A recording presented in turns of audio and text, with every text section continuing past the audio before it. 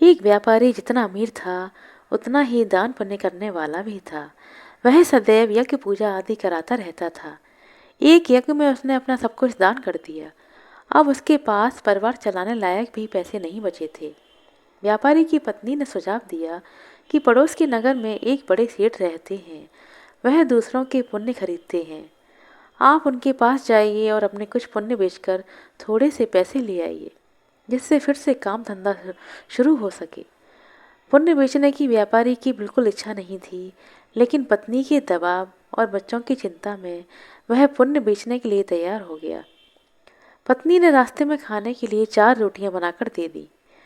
व्यापारी चलता चलता उस नगर के पास पहुंचा जहां पुण्य के खरीदार सेठ रहा करते थे। उसे भूख लगी थी। नगर में प्रवेश करने से पहले उसने सोचा क्यों न भोजन कर लिया जाए। उसने तुरंत ही रोटियां निकाली। एक कुत्ता तुरंत के जन्मे अपने 3 बच्चों के साथ वहां आकर खड़ा हो गया।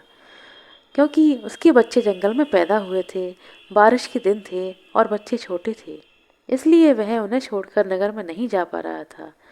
व्यापारी को दया आ गई। उसने एक रोटी कुत्ते को खाने के लिए दे दी। कुत्ते ने पलक झपकते ही रोटी चट कर दी, लेकिन वह अब भी भूख से हाँफ रहा था। व्यापारी ने दूसरी रोटी और फिर तीसरी रोटी और फिर चारों रोटियां उस कुत्ते को खिला दी। खुद केवल पानी पीकर ही सेठ के पास पहुंच गया। व्यापारी ने सेठ से कहा कि वह अपना पुण्य बेचने आया है। सेठ बहुत व्यस्त था। उसने कहा कि शाम को आना। दोपहर में सेठ भोजन करने के लिए घर चला गया और उसने अपनी पत्नी को बताया कि एक व्यापारी अपने पुण्य बेचने आया है। उसका कौन सा पुण्य खरीदूं? सेठ की पत्नी बहुत पतिव्रता थी और सिद्ध महिला थी। उसने ध्यान लगाकर देख लिया कि आज इस व्यापारी ने कुत्ते को रोटियां खिलाई हैं। उसने अपने पति से कहा कि उसका आज का पुण्य खरीदना जो उसने एक जानवर को रोटी खिलाकर कमाया है, क्योंकि वह उसका अब तक का सर्वश्रेष्ठ पुण्य है। व्यापारी शाम को फिर अपना पुण्य बेचने आया। सेठ ने कहा, आज आपने जो यज्ञ किया है मैं उसका पुण्य लेना चाहता हूँ। व्यापारी हंसने लगा। उसने कहा कि अगर मेरे पास यज्ञ के लिए पैसे होते तो क्या मैं आपके पास पुण्य बेचने आता? सेठ ने कहा कि आज आपने किसी भूखे जानवर को भोजन कराकर उसकी और उसके बच्चों के प्राणों की रक्षा की है। मुझे वही पुण्य चाहिए। व्यापारी वह पुण्य बेचने के लिए तैयार हो गया। सेठ ने कहा कि उस पुण्य के बदले वह व्यापारी को 4 रोटियों के वजन के बराबर हीरे मोती देगा। 4 रोटियां बनाई गई और उसे तराजू के एक पलड़े में रख दिया गया। दूसरे पलड़े में सेठ ने एक पोटली में भरकर हीरे जवाहरात रख दिए। पलड़ा हिला तक नहीं। दूसरी पोटली मंगाई गई, फिर भी पलड़ा नहीं हिला।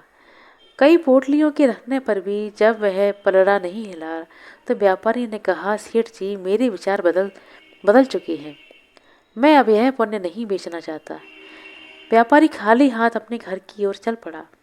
उसे डर था कि कहीं घर में घुसते ही पत्नी के साथ झगड़ा ना शुरू हो जाए। जहाँ उसने कुत्ते को रोटियां डाली थीं, वहाँ से कुछ कंकड़ पत्थर उठाए और साथ में रखकर गांठ बांध दी।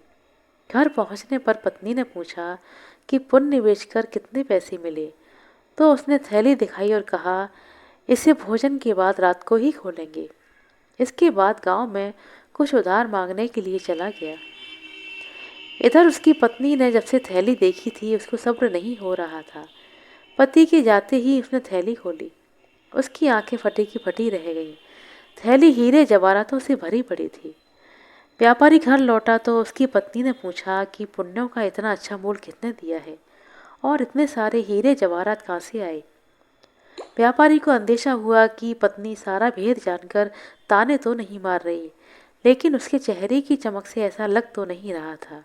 व्यापारी ने कहा, दिखाओ कहाँ है हीरे जवाहरात? पत्नी ने लाकर पोटली उसके सामने उलट दी। उसमें से बेशकीमती रत्न गिरे। व्यापारी हैरान रह गया। फिर उसने पत्नी को सारी बात बताई। पत्नी को पछतावा हुआ कि उसने अपने पति को विपत्ति में पुण्य बेचने के लिए विवश किया। दोनों ने तय किया कि वह इसमें से कुछ अंश निकाल कर व्यापार शुरू करेंगे और व्यापार से प्राप्त होने वाले धन को इसमें मिलाकर जन कल्याण में लगा देंगे।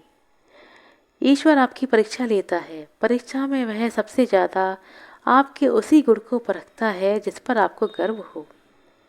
अगर आप परीक्षा में खरे उतर जाते हैं तो ईश्वर वह गुण आप में हमेशा के लिए वरदान के स्वरूप दे देता है, और अगर परीक्षा में उत्तीर्ण ना हुए तो ईश्वर उस गुण के लिए योग्य किसी अन्य व्यक्ति की तलाश में लग जाता है। इसलिए विपत्ति काल में भी भगवान पर भरोसा रखकर सही राह पर चलना चाहिए। आशा करते हैं दोस्तों आपको हमारे द्वारा सुनाई गई यह कहानी अच्छी लगी होगी। कहानी अच्छी लगी हो तो कृपया लाइक कर दें, शेयर कर दें। चैनल पर नए हैं तो सब्सक्राइब कर लें। अपना कीमती समय देने के लिए बहुत बहुत धन्यवाद। मिलते हैं अगले वीडियो में, तब तक के लिए नमस्कार।